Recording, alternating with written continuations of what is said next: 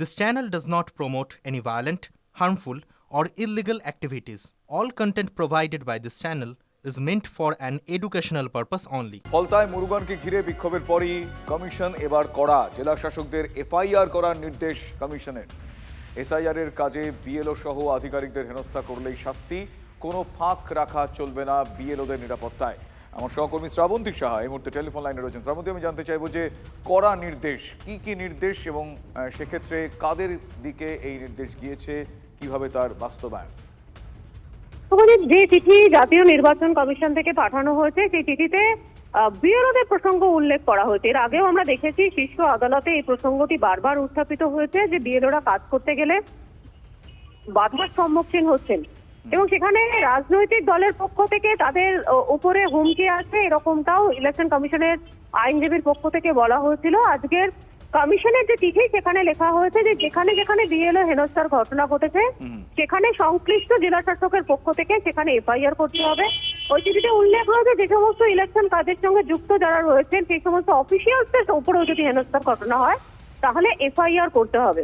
এখন দুরকম প্রশ্ন আসছে। একটা হচ্ছে যে স্বাভাবিকভাবে বিএলওরা প্রশ্ন তুলেছেন যে এতদিন পরে কেন, যখন এনুমারেশন ফর্মের কাজ সম্পূর্ণ শেষ তাহলে এতদিন পরেই কি জাতীয় নির্বাচন কমিশনের এই বক্তব্য?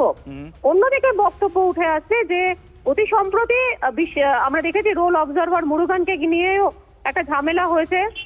সেক্ষেত্রে আরেকটু হলেও সতর্ক করলো জেলা শাসকদের কমিশন, এমনটাই মনে করা হচ্ছে। শুভজিৎ, ধন্যবাদ শ্রাবন্তী। ফলতায় বিক্ষোভ, কেন্দ্রীয় নিরাপত্তা চাইলেন রোল অবজারভাররা। প্রত্যেক রোল অবজারভারের জন্য কেন্দ্রীয় নিরাপত্তার আর্জি। কমিশন সূত্রে খবর, প্রত্যেক রোল অবজারভারকে ম্যাজিস্টেরিয়াল ক্ষমতা দেওয়ারও আবেদন জানানো হয়েছে। খবর সূত্রের ফলতার ঘটনার পরেই জাতীয় নির্বাচন কমিশনের রিপোর্ট। সি মুরুগান, সুব্রত গুপ্ত। জনসভা থেকে মহিলাদের রান্নার জিনিস নিয়ে রাস্তায় নামার ডাক দিয়েছিলেন মুখ্যমন্ত্রী মমতা বন্দ্যোপাধ্যায়। ফলতাতেও মহিলারা একইভাবে এগিয়ে আসেন কমিশনে, বলেন মুরুগান। খবর সূত্রের আর এই দুই ঘটনার যোগসূত্র রয়েছে কিনা সেটা খতিয়ে দেখা হোক, রিপোর্টে এমনটাই আর্জি জানানো হয়েছে।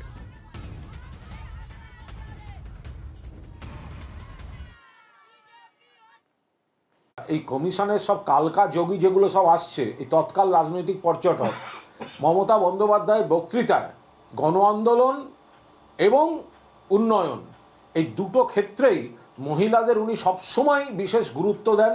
মহিলাদের কথা আগে বলেন, মহিলাদের বিশেষ দায়িত্বের কথা বলেন। তা এখন যারা আসছে এগুলো সব হচ্ছে তৎকাল রাজনৈতিক পর্যটক, বিজেপির অ্যাসাইনমেন্ট পাওয়া, বিজেপির দলদাস রাজনৈতিক পর্যটক। তারা সব নতুন নতুন দেখছে, নতুন নতুন জানছে, তাই তারা এইগুলো নিয়ে ইস্যু করতে চাইছে।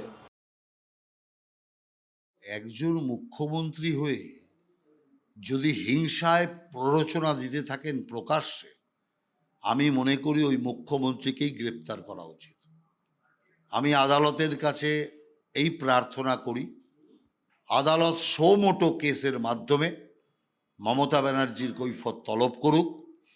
হয় মমতা ব্যানার্জি তার কথা উইথড্র করুক, ক্ষমা চাক, আর নইলে আদালতের উচিত মমতা ব্যানার্জির বিরুদ্ধে গ্রেপ্তারি পরোয়ানা জারি করে তাকে গ্রেপ্তার করা। যদি দরকার হয় ইলেকশন কমিশন যদি কেন্দ্রের কাছে কেন্দ্রীয় বাহিনীর সাহায্য চায়, কেন্দ্রীয় সরকার একদম সঙ্গে সঙ্গে কেন্দ্রীয় বাহিনী সাহায্য দেওয়ার জন্য তৈরি আছে। রাজ্যে এসআইআর এর প্রথম পর্ব শেষ হতে কমিশন সূত্রে বেরিয়ে আসছে একের পর এক তথ্য। আর যে তথ্যগুলো রীতিমতো চমকে দেওয়া। 85 লক্ষ ভোটারের বাবার নামে গলদ রয়েছে। 85 লক্ষ ভোটার, 13.5 লক্ষ ভোটারের বাবা মায়ের নাম এক। বাবা মায়ের সঙ্গে সন্তানের বয়সের ফারাক 50 বছর বা তার বেশি। এমন 8,77,736টি ফর্ম জমা পড়েছে। 15 বছরের কম বয়সে বাবা হয়েছেন এমন ভোটারের সংখ্যা 11,95,000। রাজ্যে 6 সন্তানের বাবার সংখ্যা 24,21,000। 40 বছরেরও কম বয়সে ঠাকুরদা হয়েছেন 3,45,000। আবার এমনও বহু ভোটার রয়েছেন যাদের বয়স 45 বছরের বেশি, অথচ 2002 সালের তালিকায় তাদের নাম ছিল না। এমনও 20,74,000 ভোটারকে চিহ্নিত করেছে কমিশন। পাশাপাশি 13 লক্ষেরও বেশি ভোটারের লিঙ্গের তথ্যেও অমিল ধরা পড়েছে এনুমারেশন ফর্মে। প্রোজেনি ম্যাপিংয়ে চাঞ্চল্যকর তথ্য সামনে আসছে।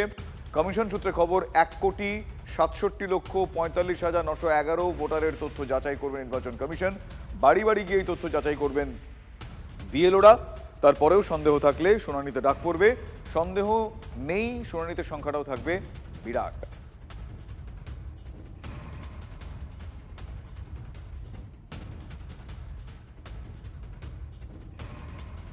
বাবার বয়স, মার বয়স, দাদুর বয়স, এই যে প্রোজেনিং যে ব্যাপারটা, এটা একবারে যাচ্ছে তাই। সিপিএমের আমলেও হতো, কিন্তু ওই গত 15 বছরে, বিশেষ করে 11-এ এই তৃণমূল ক্ষমতায় আসার পর থেকে, 13 সালে প্রথম নির্বাচন, 30 স্তর পঞ্চায়েত, তারপর থেকে যত নির্বাচন হয়েছে, সমস্ত কটা নির্বাচনে এই পুলিশকে দুর্বৃত্তদের ব্যবহার করে আর এই ভুয়ো ভোটারদের ইলেকটোরাল রোলে রেখে সমস্ত নির্বাচন তৃণমূল জিতেছে। সে তো 2002-এর বিষয়, তা এতদিন ধরে কি হচ্ছিল? আমরা তো বারবার বলছি এটা এত বড় বিষয় যে অনেকটা সময় দিয়ে ঠান্ডা মাথায় খতিয়ে দেখে করুন না। কে বারণ করেছে? 2001 সালের পর প্রায় 2 বছর ধরে একটা এসআইআর হয়েছিল, কিন্তু এখন তো অ্যাসাইনমেন্ট দিচ্ছে 2 মাসের মধ্যে করতে হবে, এত তাড়াতাড়ি করতে হবে। এবার এই করতে গিয়ে তো তখন যেগুলো ছিল তখনকার ভুল, সেগুলো যদি ভুল থেকে থাকে তাহলে ভুলটা ছিল কেন, দেখেনি কেন? তাদের আজকে 24 বছর 23 বছর বাদে এসে তাদের মনে হলো যে ভুল ছিল। 10ই ডিসেম্বর খসড়া তালিকা প্রকাশ। এবার প্রশ্ন হলো, কারা ডাক পেতে পারেন হিয়ারিংয়ে? কমিশন সূত্রে এখনো পর্যন্ত যে খবর পাওয়া যাচ্ছে, এসআইআর ফর্মের নাম যাদের নথিভুক্তি রয়েছে দাদা কাকার নামে, ডাক পেতে পারেন তারা শুনানিতে। বাবা মা অথবা ঠাকুরদা ঠাকুমার বাইরে অন্য কোনো সম্পর্ক উল্লেখ করে ম্যাপিং করা হলে তারা শুনানিতে ডাক পেতে পারেন। সিইও দপ্তর সূত্রে কথা জানিয়ে বলা হয়েছে যে অর্থাৎ কেউ যদি কাকা, মামা, দাদা ইত্যাদি কোনো সম্পর্ক উল্লেখ করে এনুমারেশন ফর্ম জমা দেন, তারা শুনানিতে ডাক পেতে পারেন। 2025 সালের সর্বশেষ তালিকা অনুযায়ী এ রাজ্যে মোট ভোটার সংখ্যা প্রায় 7.66 কোটি। এখনও রাজ্যে 2002 সালে এসআইআর তালিকার সঙ্গে মিল নেই প্রায় 30 লক্ষ ভোটারের। নিজের নামের সঙ্গে মিল রয়েছে প্রায় 2,93,00,000 ভোটারের। পারিবারিক সম্পর্কের নিরিখে প্রায় 3,84,00,000 মিল পাওয়া গিয়েছে। কমিশন আগেই জানিয়েছিল যে 2002 সালে এসআইআর তালিকায় মা, বাবা বা দাদু ঠাকুমার নামের সঙ্গে মিল থাকলে ভোটারকে শুনানিতে আসতে হবে না, দেখাতে হবে না কোনো নথি। সূত্রের খবর, এখন যাচাইয়ের সময় কমিশন দেখেছে যে এই সম্পর্কের বাইরেও কাকা, দাদা, মামা ইত্যাদি নানা ধরনের সম্পর্কে ম্যাপিং হয়েছে। এবার তাদেরই শুনানির জন্য কমিশন ডাকতে পারে। ফাইনালিস্ট তো হবে, কিন্তু আরও 2 মাস সময় আছে। ম্যাপিং, স্ক্রুটিনি ইত্যাদির জন্য সময় রেখেছে, কারণ এই যে জটিলতা আছে এটা দূর করতে গেলে আরও ব্যাপকভাবে এই ধরনের স্ক্রুটিনি এবং ম্যাপিং করতে হবে, কথা বলতে হবে, দরকার হলে বিএলওদের ডাকতে হবে, সেটাও শুরু হয়েছে। আর আমার মনে হয় নির্বাচন কমিশন পশ্চিমবাংলার ব্যাপারটা বুঝতে পেরেছেন, তাই এত সিরিয়াস নিয়েছেন। আমি পশ্চিমবাংলার মানুষকে ধন্যবাদ দেবো। মমতাজি তার পার্টি বিরোধী চক্রান্ত করেছিল এসআইআরকে ঘেঁটে দেওয়ার জন্য, তারা সেই চক্রান্তে পা দেননি। সবচেয়ে স্মার্টলি পশ্চিমবাংলার মানুষ 15 দিনের মধ্যেই বেশিরভাগ লোক জমা দিয়ে দিয়েছেন ফর্ম। তাই দেখুন, অন্য যে নির্বাচন কমিশন সময় বাড়িয়েছেন, কিন্তু বাড়াতে হয়নি, কারণ এখানকার মানুষ খুবই দায়িত্বশীল। নাগরিক অধিকার এবং দায়িত্ব সম্বন্ধে তারা দায়িত্ব পালন করেছেন। মমতা ব্যানার্জির মতো নেতাদের কথায় কান দেননি।